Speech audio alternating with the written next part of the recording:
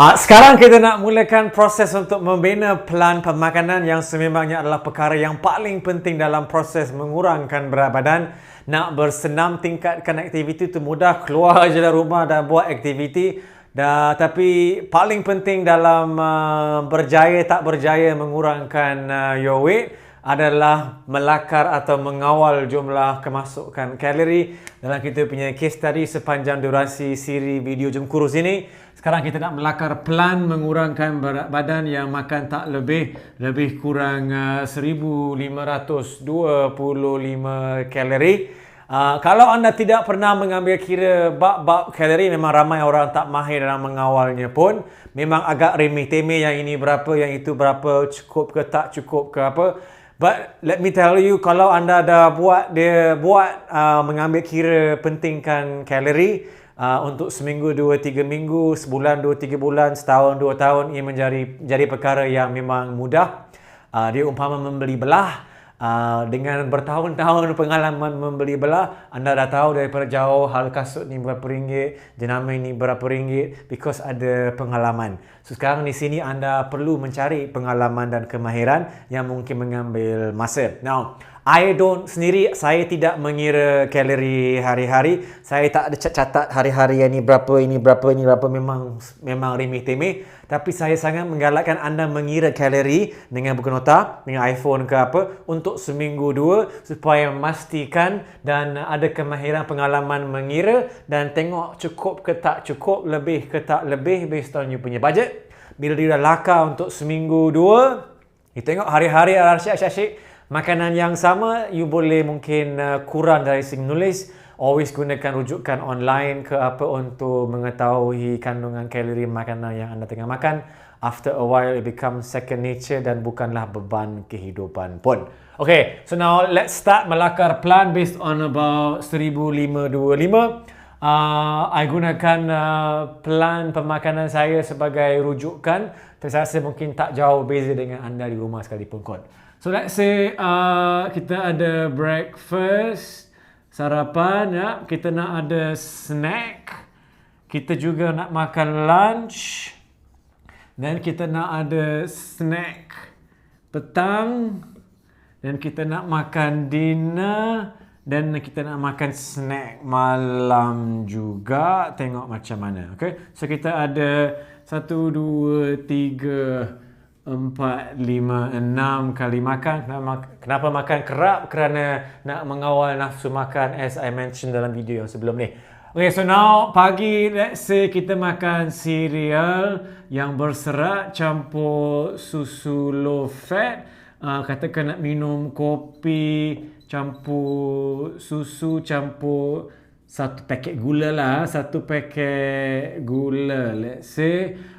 Air minum selalu. Air tidak berkalori, air kosong.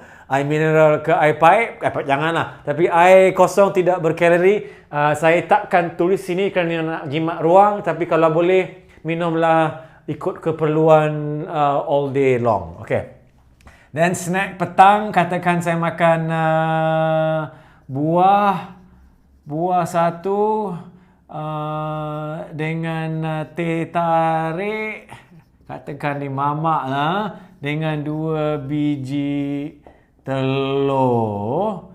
Okey, dan makan lunch, kita makan nasi segenggam. So 1G, ya, 1 genggam campur katakanlah ayam. Kalau ayam paling bagus pilih bahagian dada. Dada kurang berlemak. Now, kalau anda nak tengok lemak, protein, karbo, kalori datang daripada 3 jenis sumber makanan, iaitu lemak, karbohidrat dan protein. Kalau anda yang bukan Muslim, alkohol pun juga berkalori. 1 gram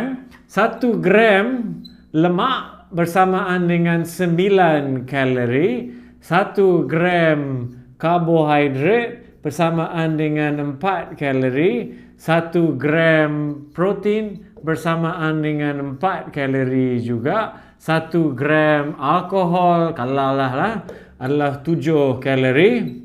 Empat perkara inilah yang menyumbangkan kepada kalori makanan seharian. Badan kita simpan lemak kerana 1 gram lemak mengandungi 2 kali lebih banyak tenaga berbanding protein dan karbohidrat. It's more conducive energy conducted. Okay, so now we have ayam, katakan ayam lauk apa-apa sekalipun. Ayam dada, kurang lemak means kurang kalori, dan sayur. Okay, dan katakan separuh air manis, tak kira air manis sekalipun kerana sumber dia adalah gula. Untuk nikmat kehidupan, kalau ada harga juga, minumlah air kosong ke air apa. Ini untuk nafsu lah. So then snack petang, katakan kita ambil kacang sukatan dia bukan segenggam.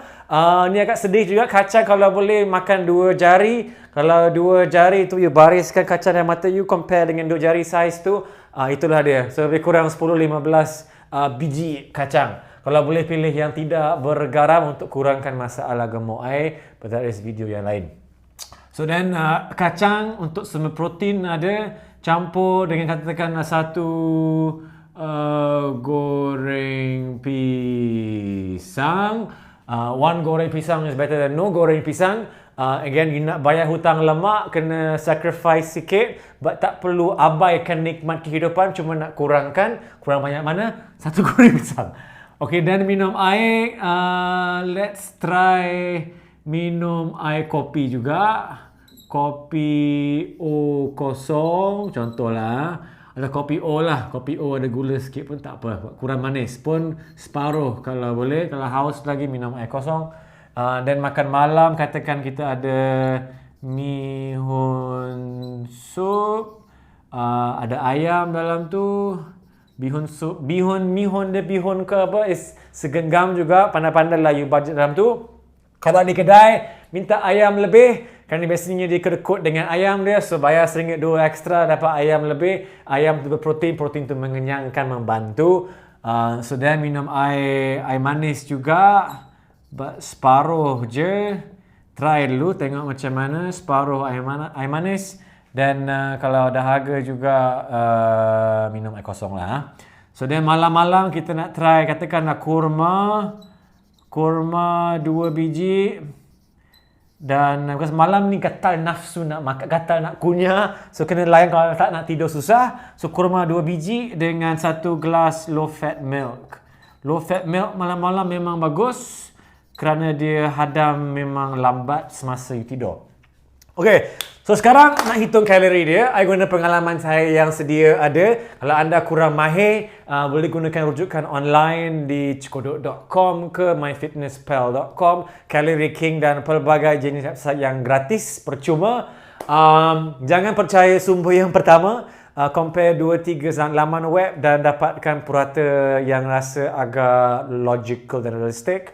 Also saya ada berikan panduan e-book yang berjudul 20 plan diet ala-ala Malaysia, yang berikan 20 jenis diet plans yang pelbagai. Also you can use that sebagai rujukan. Okay, so now nak kira real quick. Cereal is about 150, susu low fat is about 60, kopi with susu and 1 gula. Ini now 1 packet gula dekat Starbucks ke hotel ke Coffee Bean ke apa, tak kisah yang white or yang brown, 1 packet mengandungi 5 gram. 5 gram darab dengan 4, 20 kalori. Because 1 gram gula 4 kalori. So 1 packet gula is 20. Snack petang, katakan buah yang standard, apple ke orange ke dalam 70. So sekejap pagi lah hitung dulu. So this is gonna be 250. Dan buah 70, teh tarik separuh. Kalau boleh share dengan orang tersayang ke apa, is lebih kurang 40 kalori. 2 biji telur, kalau boleh kurangkan yang kuning kerana yang kuning tu berkolesterol dan berlemak. Kalau sebiji telur yang putih sahaja mengandungi 20 kalori, sebiji telur dengan yang kuning mengandungi 90 kalori. So dengan hanya buang yang kuning atau sedekahkan yang kuning kepada yang nak, anda boleh jimat 70 kalori. So sini 2 biji telur, buang kuning, simpan 1 kuning, so menjadi 70 campur 40 jadi 110. So, yang ini menjadi 220. Okey. Lunch nasi segenggam is about 150, tengok genggam diri you. Ayam seketul biasanya dalam 220. Okey. Sayur anda boleh makan tak kira kuantiti, tidak boleh menggemukkan kerana banyak serat. Serat tu akan dilawas keluar. Tapi oleh kerana dia digoreng sikit, kita kira lebih kurang 50 kalori. Jangan banjirkan pinggan dengan kuah dia. Takut tinggi garam, tinggi lemak. So then air manis separuh. Bayangkan dalam separuh kelas air manis ada 2 paket gula. So kira 40 kalori juga. So yang ini jadi 460. Okay. So dah 3 hidangan selesai. Yang snack petang, kacang dalam 12 keping dalam 120, pisang goreng sebiji ataupun sebuah, sepotong, lebih kurang 120 jugalah. Kalau makan dalam 6 dah 720. Sekuih ataupun sebiji kuih. So untuk snack petang, kacang dalam 120 kalori. Ingin lagi makan kalau boleh 2 jari.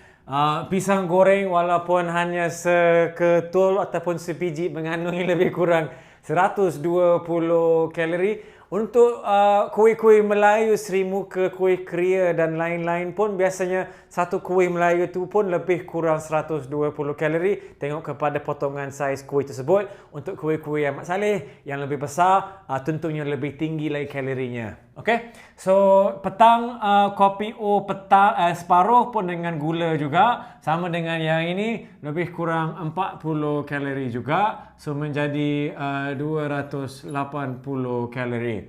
Now malam kita makan bihun sup dengan ayam. Ayam yang bihun sup yang bagusnya, kalau macam soto ayam, ambil ayam-ayam yang dihiris. Biasanya dihiris ayam bahagian dada yang memangnya kurang berlemak. Sup pun tidak berlemak tinggi, melainkan sup kuah dia sendiri yang tinggi lemak. Masalah garam juga sama macam dengan salted nuts ataupun benda yang bergoreng seperti sayur semua tu lah. So then air manis separuh lagi 40. Dah tahu katakanlah ayam dia bagi dalam 160, mihun segenggam dalam 150, mungkin ada minyak sikit lagi 50. So ini menjadi 400. So then malam kita ada kurma 2 biji, katakanlah 60. Bergantung kepada saiz. Kalau yang kurma yang medjool yang besar tu lebih tinggi sikit. Susu lemak rendah 1 gelas dalam 60. So menjadi 120. Okay? So makanan di sini bukanlah makanan yang luar biasa. Tak perlu melapar diri. Jom tengok macam mana jumlahnya sesuai tak dengan 1525. So di sini kita nak kira sikit. Okey, so kita ada 250 campur 220 campur 460 campur 280 campur 400 campur 120. So lebih sikit kita dapat 1730. Now, sekarang kita ada 2 pilihan. Sama ada kita stick to 1730 dan ingat yang dulunya kita punya case study X dengan Y dia lebih daripada 2200. Jadi kalau makan 1007 sekalipun tetap akan kurangnya berat badan, tapi jumlah yang lebih kecil kerana defisitnya sekarang bukan lagi 800 tapi lebih kepada 500 lebih. So of course you will not lose that much dalam jangka masa yang sama, tapi mungkin nikmat kehidupan lebih. Kalaulah saya nak kurangkan daripada 1007 nak menjadi juga 1005 itu, saya boleh buat pemotongan sikit. Contohnya kita boleh buang air manis. Satu air manis yang ini, kita boleh buang air manis yang ini. Kita dah jimat 2 kali, dah jimat 80. Kalau nak buang yang telur kuning ni pun kita boleh jimat lagi 90. So buang lagi 90. Tengok berapa dapat. Tolak 80, tolak 90. Kita dapat 1560. Bagi saya ini dah okey. Tak perlu buat perubahan yang drastik. Sesuaikan maklumat ataupun plan diet anda dengan cita rasa. Nikmat kehidupan wajib kena ada sikit. Tapi yang paling penting, biarlah jumlah tu agak terkawal. Kalau anda nak kurus cepat, makan lagi sikit boleh, tapi takut nikmat tu tak ada. Bagi saya lebih baik ada nikmat yang agak sederhana tapi boleh kekalkan makanan yang agak okey untuk berbulan-bulan sampailah terbayar hutang duit tu. Once terbayar, saya palas sekejap. Once dah kurangkan berat badan, dah berjaya, nak mengawal ataupun maintain berat badan lagi senang.